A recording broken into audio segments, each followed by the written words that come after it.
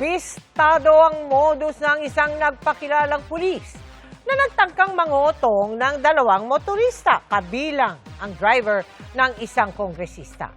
Arestado ang suspect na peking pulis pala at matagal ng awol sa traffic management team.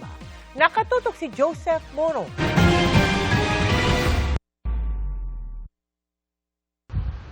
Gabi ng June 2 nang pahintuin ng isang nagpakilalang si Police Master Sergeant Hernandez ang isang itim na SUV. Beating the red light umano ang driver. Payag naman ang driver na matikitan siya pero nang sabihan siya ng nagpakilalang pulis na kailangang i-impound ng sasakyan, ipinakiusap ng driver ang sumita sa kanyang among si Surigao del Sur 2nd District Representative Alexander T. Pimentel. Kwento ni Pimentel, tutol din siya sa pag-i-impound ng kanyang sasakyan. Dadalhin ko yung sasakyan nyo kasi for verification. Kako nandyan naman yung ORCR, nandyan yung lisensya. Simple violation lang yan. Tikitan mo na. Dahil gabi na. Hindi, dadalhin ko to. Question din ng umunoy pulis, bakit hindi siya ang sakay ng sasakyan? Kako, teka muna. Ako, napipiko na ako sa'yo, ha? Simple violation lang yan. Hindi, dadalhin ko to. Pwede natin pag-usapan. Kinabahan kasi ako kasi yung sabi ng driver ko walang plaka. Tapos may baril. Kako, kung dadalhin niya, baka mamaya modus lang yan para magkarnap.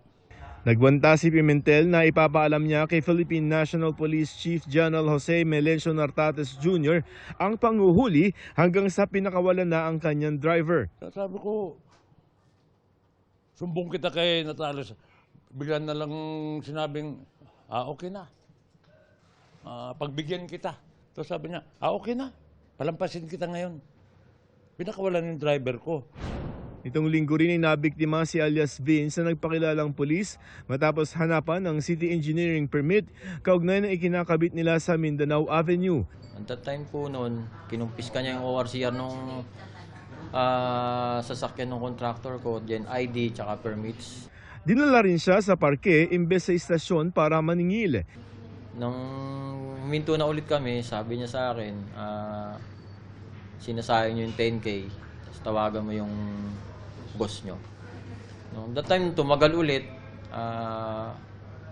bago kinuha niya yung number ko, then kinuha ko rin yung number niya. Hindi malinaw kung anong kinalaman ng isang pulis sa mga city permits pero nang ipablotter na, nabistong peking pulis pala ang nakausap niya. Naging miyembro ito ng traffic management team pero matagal nang absent without leave. Ayon kay Police Lieutenant Colonel Brian Pajarillo, nag-AWOL pala ang suspect. Nung nangyari ito, we coordinated with TTMT nga. Ang lumalabas sa kanilang records is AWOL na po itong tao na ito. And since April pa.